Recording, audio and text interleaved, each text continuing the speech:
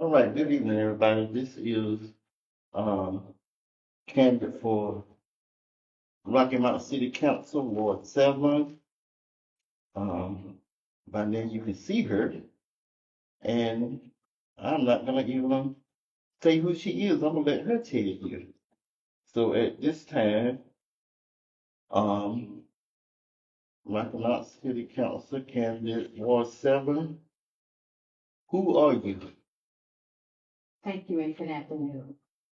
I am Dr. Thelma Lee Bullock, and I am the candidate for Rocky Mount City Council seat for Ward 7. All right. Let's hear a little bit about who you are. Uh, as it relates to Rocky Mount, were you born here, moved here? Just tell us a little bit about Rocky Mount. How Rocky Mount, um, um, I'm quite sure. I know your dad, knew your dad, Dr. Everett Lee, served in the NAACP with him for years. I joined back in 1992 until he did mine. So I know you gotta be a firecracker like he was. So I know you will bring some good stuff to the council, and I know you will not be silent on issues that matter. And also, I am a man, and Dr. Lee was a man, but women bring another perspective to the table. And right at this time, we don't have a woman on the council, so it would be good to have a female back on the council. So that way, for me, everybody will be represented. Women are being represented, but you need that woman's voice. So tell us about uh, you being a Rocky Mount citizen and what you would bring to the table. Sure. Thank you. First of all, as he stated, I grew up in a family of civil rights leaders. The Reverend late Dr. Everett Lee Jr. and my mom, Miss Rachel Lee. Our home always consisted and talked about often of civil rights, improving the city of Rocky Mount. I have been where my church and friends, we've helped pass out flyers and information to the public so they will be informed of what is going on in Rocky Mount. So I'm a Rocky Mount girl. I grew up here. I went to Rocky Mount Public Schools, graduated here. I later went on to college. I received my degree from Shaw University, uh, a bachelor's of science and a master's in business administration uh, and business management.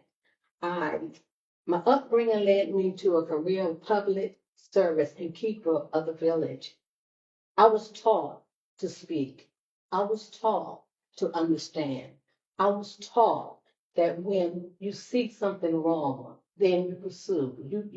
You try to have a answer or help resolve that issue. Um, I retired after 28 years of working for North Carolina state government. I worked in several areas there. But the Department of Commerce is where my last assignment was. I feel that now is the time to continue to serve my community, but this time as a member of the Rocky Mount City Council. So I guess you're saying, why? Why? Well, first of all, I believe the voice of the people matter and our community thrives when every voice is heard. Every neighborhood has a seat at the table. So how are we going to do that? Well, I will be the one that will stand in for them. I will be standing for those unseen and I will be speaking for those unheard. I have a passion for people, just like my father did. And my voice as a councilman, it will be an advocate for children, families, and the elderly that can help set policies, implement programs that meet the present challenges, such as Here we are, increased utility costs, food deserts, more job development for our adults, job opportunities for our youth, lack of affordable housing, public safety, and the list go on. We know we can't do it all in one day, but it can be done in a day. And the thing of it is, we need to be persistent. We need to be on target and to listen to what our community is saying and asking for. Um, Here, I'm concerned. I have several things I would like to share.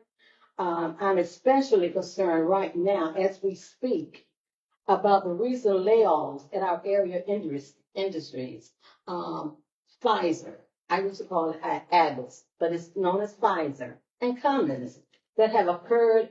They have many layoffs now that have occurred. And we don't know how long this is going to be. We don't know where it's going to be now, and it's going to stop and return. We just don't know. That's what we don't know.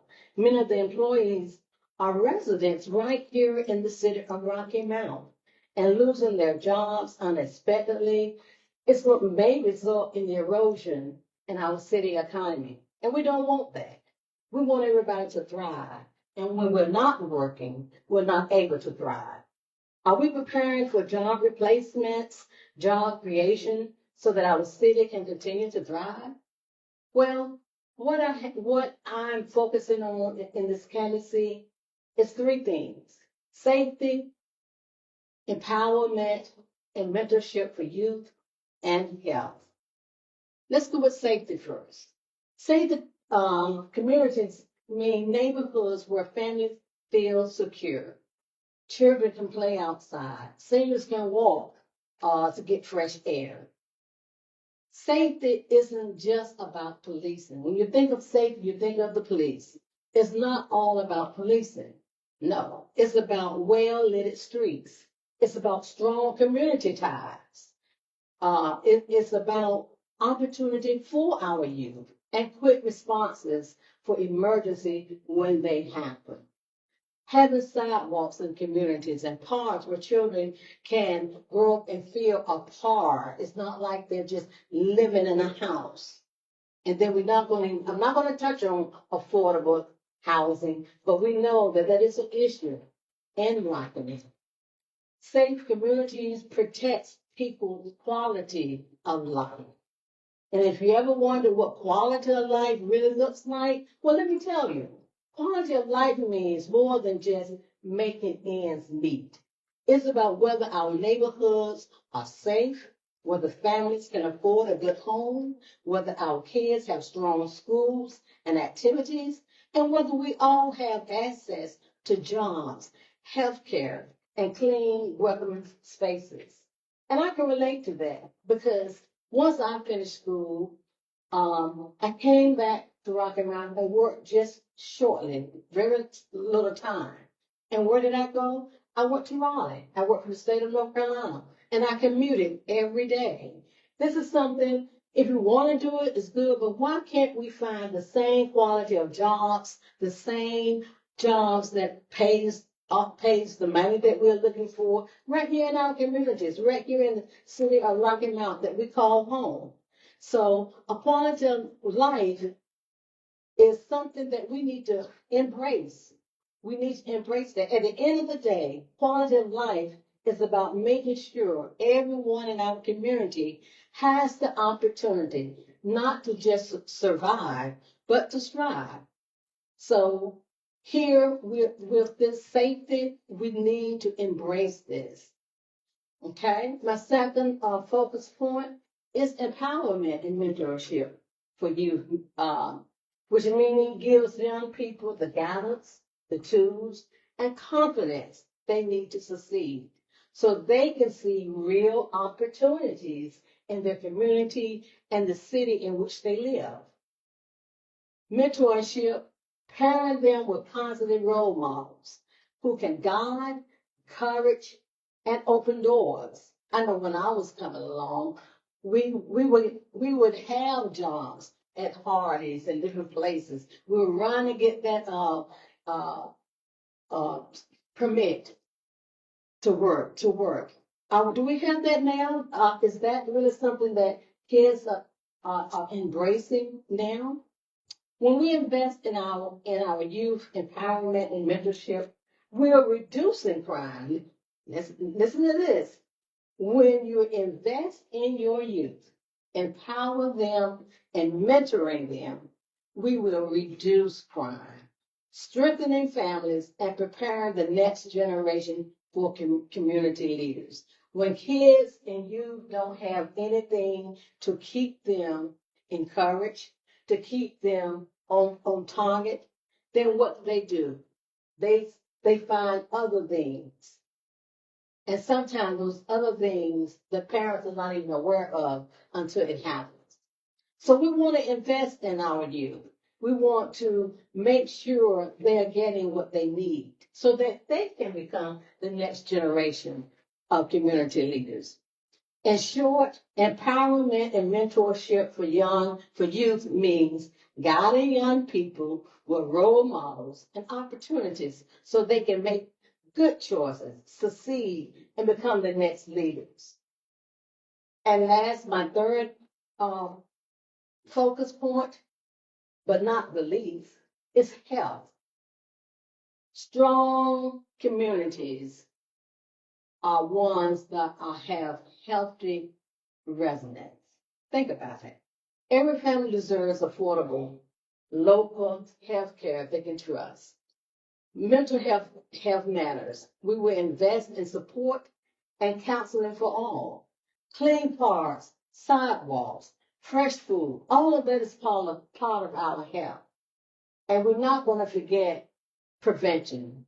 Prevention saves lives. Uh, when we prevent, when we are following up with our health, screenings, checkups, educating one another, this all is healthy and it will impact your community. It will impact the city of Rocky Mount as a whole. Our seniors deserve care, dignity, and resources to age well in their community. Healthy kids are our future. Let's expand nutrition, fitness, and after school programs. Clean air and water are not a privilege. No, it's not. There are rights we must protect.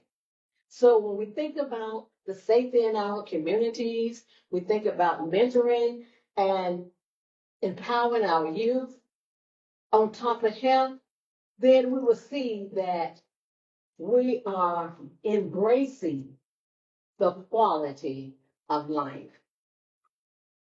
As the Ward 7 representative on the City Council, I will look after the needs of not only my constituents, but also for the entire city. My vision, as I see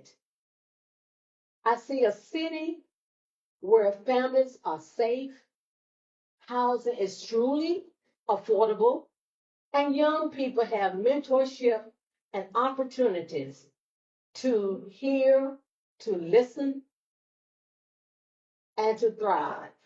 All individuals addressing their needs where we can call ourselves, our families, home, the city of Rocky Mount. The city coming together. That's so everyone not just survive, but thrive. And if you notice, I'm using thrive very often because when we just settle and we just go through the motion, that will not allow us to move forward to what we're looking for in days and years to come. We want to be able to address issues, find solutions, and then spread it over Rocky Mount. So as Ward 7 thrives, as a community, as a ward, that's going to impact the other part of Rocky Mount. And that's what we want at the end. We want Rocky Mount to thrive together so we can proudly say Rocky Mount is our home. Awesome. I was thinking I was gonna maybe come up with some questions, but you covered everything. One of the best interviews, a candidate speaking I've heard in a long time. Um, I mean, you touched on everything, and for me, um, again, we need that woman's perspective on the board, on the council, because that's lacking at the moment, and women feel better talking to women. So you could be that voice that they could reach out to, and children. Again, like I say, I'm a man, but the women put in the work. Yes. And that's what we need. We need a strong voice, a strong woman with the background you have, your family ties, and then the work you have done with the state. Um, I think you are awesome. Um, again, I was hoping I was gonna have some questions, Yeah. but you touched everything. And for me, some candidates they come in and um they don't know. They talk about what they want to do, but that's not obtainable. And it sounds like you know the role of, I know you don't know all, but you know the role of what a council person, what a council person role is. A lot of times people don't understand what they can and cannot do. And I think everything you covered, um, you can work on that. I don't think you mentioned anything that I remember you saying that, well, you can't do this. And so many times that's what I hear Candace doing. But I just think you did a great job and good luck. And if I lived in Rocky Mount, Ward 7, you will get my vote. So just continue to do what you do and get out here and continue the campaign and um, make your voice heard. So when is the election? October the 7th. October 7th. And early voting is September the 29th. They will be voting in Rocky Mount. Okay. The 18th is in Nashville Nashville, only. right. Mm-hmm. Early Okay. voting, yes. And so where do you vote your voting precinct? It would be the library. The library, Mhm. okay.